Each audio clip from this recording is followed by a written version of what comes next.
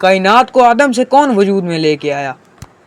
3, 2, 1. کائنات کو عدم سے وجود میں کون لایا؟ بگ بینگ کے نظریے نے جہاں لامتناہی اور لافانی کائنات کے تصور کو جڑ سے اکھاڑ پھینکا، وہیں لا مذہب، لا دین اور ملحدین کو نہایت اہم سوالات سے بھی دوچار کیا۔ مثلا یہ بگ بینگ سے پہلے کیا تھا؟ وہ کون سی قوت تھی جو ایک زبردست دھماکے سے کائنات کے عدم سے وجود میں آنے کا باعث بنی؟ آرتھر ایڈنگٹن جیسے مادہ پرست بھی یہ اعتراف کرنے پر مجبور ہو گئے کہ ان سوالوں کے جواب ایک خالق کے مطلق کے وجود کی گواہی دیں گے جو انہیں ملحدوں کو پسند نہیں۔ اس نقطے پر تبصرہ کرتے ہوئے ایک لامذہب فلسفی انتھونی فلیو کا لکھنا ہے: اعتراف کر لینا روح کے لیے اچھا ہوتا ہے، لہٰذا میں اس اعتراف سے ابتدا کرتا ہوں کہ ہر ایک کٹر ملحد کو جدید کونیاتی اتفاق رائے کے باعث شرمندہ ہونا چاہیے، کیونکہ یوں لگتا ہے جیسے ماہرین کو نیات اس چیز کا سائنسی ثبوت فراہم کر رہے ہیں جسے سینٹ تھامس نے فلسفے کی روشنی میں ناقابل ثبوت قرار دیا تھا، یعنی یہ کہ کائنات کی ابتدا ہوئی تھی۔ جب تک سکون و اطمینان کے ساتھ یہ سمجھا جاتا رہے کہ کائنات کسی آغاز یا اختتام کے بغیر وجود رکھتی ہے، تب تک یہ تقاضا کرنا آسان رہتا ہے کہ اس کائنات کی سنگ دلانہ موجودگی اور وہ ہر شے جو اس کے بنیادی خد و خال کی تشکیل کرتی ہے، ان سب کو حتمی وضاحت کے طور پر قبول کر لیا جائے۔ اگرچہ مجھے یقین ہے کہ لامتناہی کائنات کا یہ خیال ابھی بھی درست ہے، مگر بگ بینگ کی کہانی کے ہوتے ہوئے اس نقطۂ نگاہ پر قائم رہنا مشکل ہی نہیں بلکہ ناقابل اطمینان بھی ہے۔ یہ کہنا تھا ایک لامذہب فلسفی انتھونی فلیو کا۔ اب چلتے ہیں ہم اپنے بات کی طرف۔ متعدد سائنسدان جو لامذہبیت کے دعوے دار نہیں، وہ لامحدود قدرت و طاقت کے حامل، یعنی کہ ہمارے خالق، تمام جہانوں کے مالک اللہ کے وجود کا اقرار اور حمایت کرتے ہیں۔ مثلا امریکی ماہر فلکیات ہیو گروس کی رائے میں خالق کائنات کا وجود تمام طبعی جہتوں سے بالاتر ہے۔ وہ کہتا ہے، جہاں تک بنیادی تعریف کا تعلق ہے تو وقت ایک ایسی جہت ہے جس میں علت و معلول یعنی کوز اینڈ افیکٹ کے مظاہر رونما ہوتے ہیں۔ وقت کے بغیر کوئی علت اور کوئی معلول نہیں۔ اگر وقت کی ابتدا کائنات کی ابتدا سے ہم آہنگ ہے، جیسا کہ زمان و مکان یعنی اسپیس اینڈ ٹائم کا نظریہ بتاتا ہے، تو کائنات کی علت یعنی کہ سبب یعنی کہ کوز لازماً کوئی ایسی ہستی ہونی چاہیے جو کائناتی وقت سے ماورا اور آزاد، پہلے سے موجود کسی دوسرے وقت کی جہت میں کار فرما ہو۔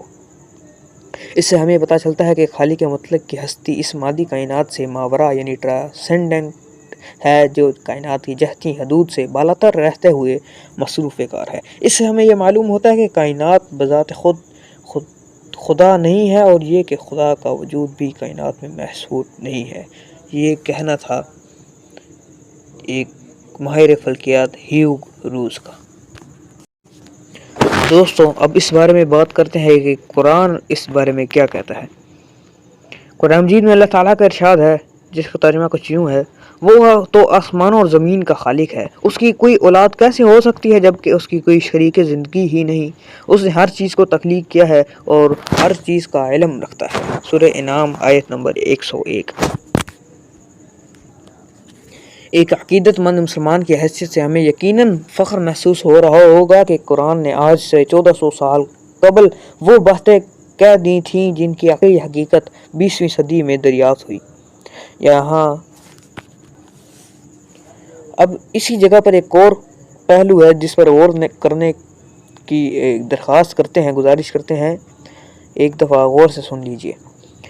دیکھیں، مسلمانوں نے قدیم یونانی علوم کا عربی میں ترجمہ کیا اور بعد میں سارا کام عربی سے واپس مغربی زبانوں میں ترجمہ ہو کر یورپ پہنچا۔ ہمارا محدود مطالعہ اور محدود تر علم یہ کہتا ہے کہ اگرچہ قرآن نے بہت واضح الفاظ میں کائنات کی تخلیق اور اس کے پھیلاؤ کا تذکرہ کیا، لیکن پھر بھی تمام مسلمان سائنسدان سینکڑوں سال تک لافانی کائنات کے یونانی تصور سے چمٹے رہے، اور سارا یونانی فلسفہ کسی تبدیلی، کسی تغیر، کسی چینج، کسی شفٹمنٹ اور کسی تبصرے اور کسی اختلاف کے بغیر جوں کا توں اہل یورپ کو واپس لوٹا دیا گیا۔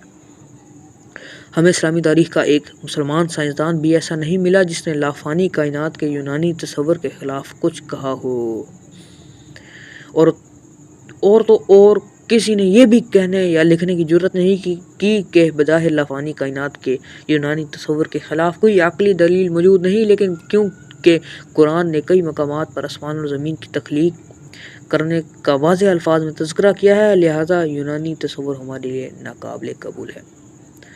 کب تک ہم مغرب میں ہونے والی دریافتوں اور ایجاداتوں کے بعد قرآن میں ان کو ترجیح تلاش کرنے کا سلسلہ ترک کریں گے؟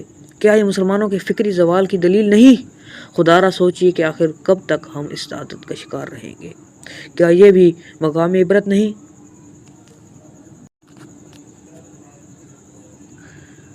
اب ہم جس بارے میں ڈسکس کریں گے وہ ہوگا تخلیق کائنات اور ارض و سما کی اصل حقیقت۔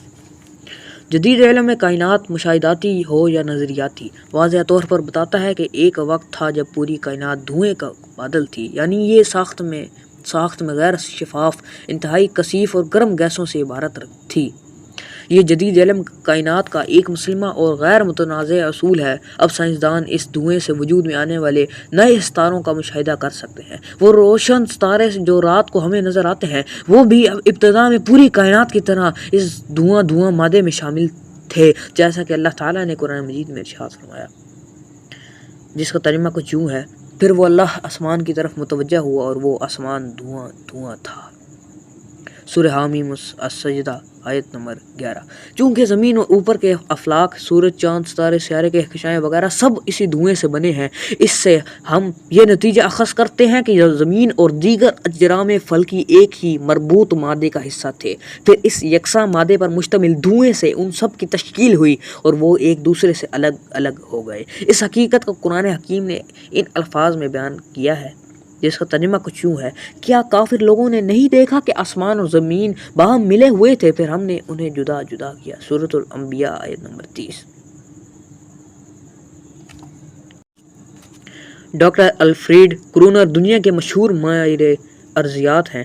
وہ جو ہانس گوٹنبرگ یونیورسٹی مینز جرمنی کے ادارہ ارضی سائنس کے چیئرمین ہیں اور پروفیسر ارضیات ہیں، انہوں نے ایک لیکچر میں کہا، محمد صلی اللہ علیہ وسلم جس معاشرے سے تعلق رکھتے تھے اسے ذہن میں رکھتے ہوئے میں سمجھتا ہوں کہ یہ تقریباً ناممکن ہے کہ وہ کائنات کے مشترکہ ابتدا جیسی باتوں کے بارے میں کچھ جانتے ہوں، کیونکہ سائنسدانوں کو بہت پیچیدہ اور ترقی یافتہ فنی طریقوں سے گزشتہ چند برسوں کے اندر یہ معلوم ہوا ہے کہ ابتدا میں کائنات کی حقیقی صورتحال کیا تھی۔ میں سمجھتا ہوں کہ ایک ایسے انسان جو 1400 سال پہلے نیوکلیئر فزکس یعنی ایٹمی طبیعیات کے بارے میں کچھ نہیں جانتے تھے، اس پوزیشن میں نہیں تھے کہ اپنے ذہن سے معلوم کر سکتے کہ زمین اور آسمانوں کی اصل ایک ہی ہے۔ جہاں تک دھوئیں سے وجود میں آنے والی نئے ستاروں کا تعلق ہے، سائنسدانوں کا کہنا ہے کہ جس دھوئیں سے پوری کائنات کی ابتدا ہوئی تھی اس دھواں دھار مادے کی باقیات گیس اور گرد کے بادل پر مشتمل ہوتی ہے، جسے فلکیات کی اصطلاح میں نیبولا کہتے ہیں۔ ہر نیبولا سے نئے ستارے وجود میں آتے رہتے ہیں۔ لاگون نیبولا بھی گیس اور گرد کا ایک بادل ہے جس کا عرض 60 نوری سال ہے۔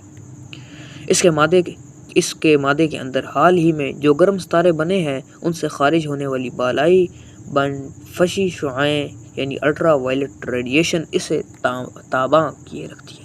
یاد رہے کہ روشنی 1,86,000 میل فی سیکنڈ کی رفتار سے 1 سال سفر کرتی رہے تو اس طرح جو فاصلہ طے ہوتا ہے وہ 1 نوری سال کہلاتا ہے۔ ویڈیو پسند آئی ہے تو ویڈیو کو لائک کریں۔ اگر آپ نے ہماری یہ والی ویڈیوز نہیں دیکھی تو جلدی سے جا کے دیکھیں، بہت مزے کی ہیں، اور چینل کو سبسکرائب کر دیں۔ تب ملتے ہیں نیکسٹ ویڈیو میں، تب تک کے لیے اللہ حافظ۔